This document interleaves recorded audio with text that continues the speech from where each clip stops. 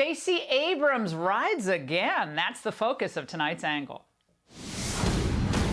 All right, let's say you're lucky enough to be driving a newer model, let's say a Porsche SUV with low mileage in pristine condition. And some schmuck approaches you in a parking lot, walks up to you and asks if you'd be willing to trade it for his 2002 Mitsubishi. It's dented on the driver's side and has a muffler hanging off the back. You'd burst out laughing, right? Well, that's what Georgia voters' response should be upon hearing that Stacey Abrams is once again running for governor. Why on earth would voters there want to give up economic policies that deliver safety, prosperity, and job growth for the misery of places like California and New York? 4 years of Governor Abrams? Oh, that would mean 4 years of poisonous racial recriminations, 4 years of high taxes on businesses and families, 4 years of mask and vaccine mandates, 4 years of smash and grabs, increasing violent crime, and 4 years of anti-American propaganda in Georgia's schools.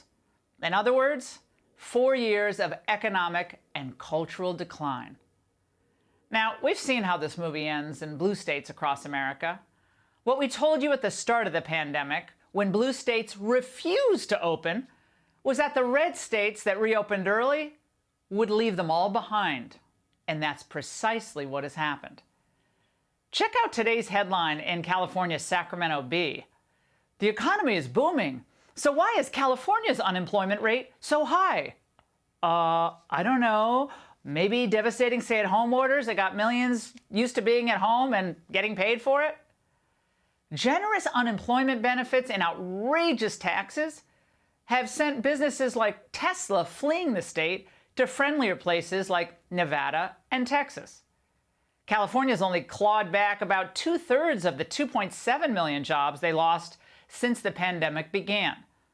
In fact, they don't expect a full recovery until the end of 2023, and I think that's generous.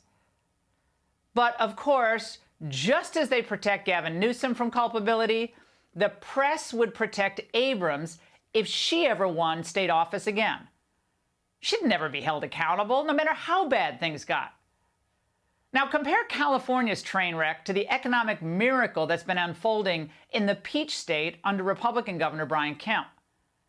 Georgia's unemployment rate dropped to 3.1% in October, the lowest rate since the feds began keeping records back in 1976. Now, remember, Kemp was smart enough to end the lockdowns earliest of all states, even though he was criticized for it by everyone from President Trump to Pelosi and even Abrams herself. There's nothing about this that makes sense. These businesses that are reopening are going to force frontline workers back to the work without having been tested, without having access to a healthcare system to help them if they are in need. By trying to push a false opening of the economy, we risk putting more lives in danger. Talk about a big whoops.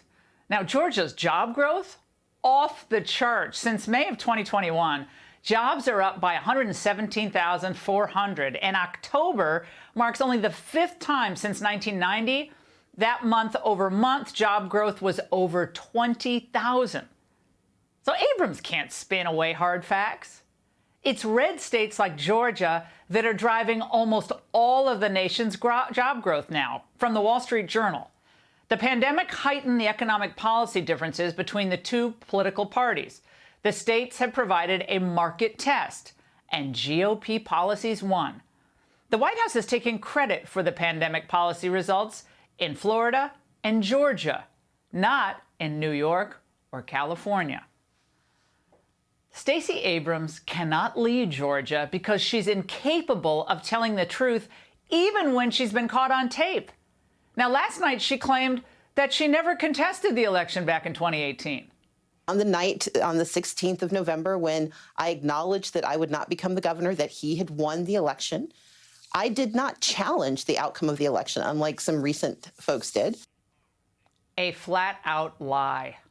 Concession means to acknowledge an action is right, true, or proper. I cannot concede. Why haven't you conceded? Because concession means to say that the process was fair. Do you still maintain the 2018 election was stolen? It was stolen from the voters of Georgia.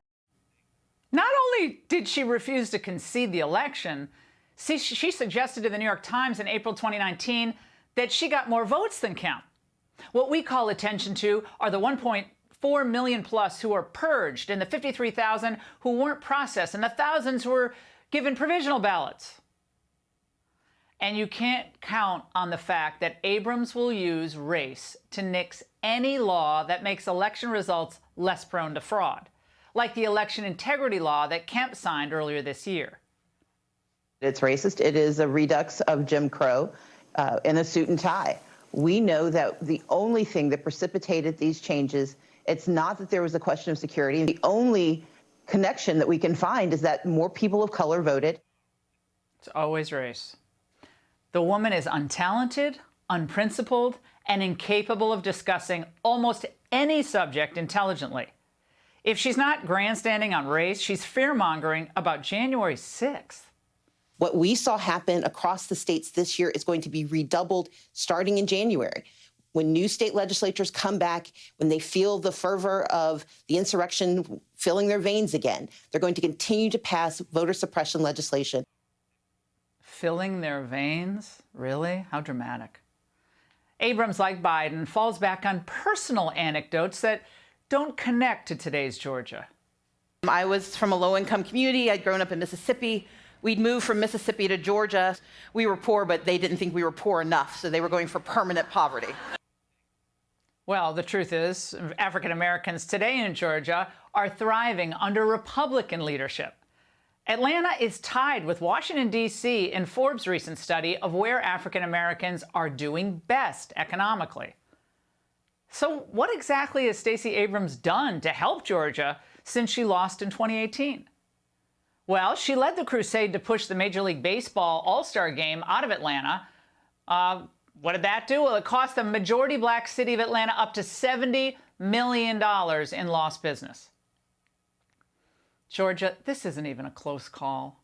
Why on earth would you want to sink into the decline and decay that we're seeing in blue states across America? Georgians don't need Abrams to ride to the rescue. They need her to ride into the sunset, and for good. And that's The Angle.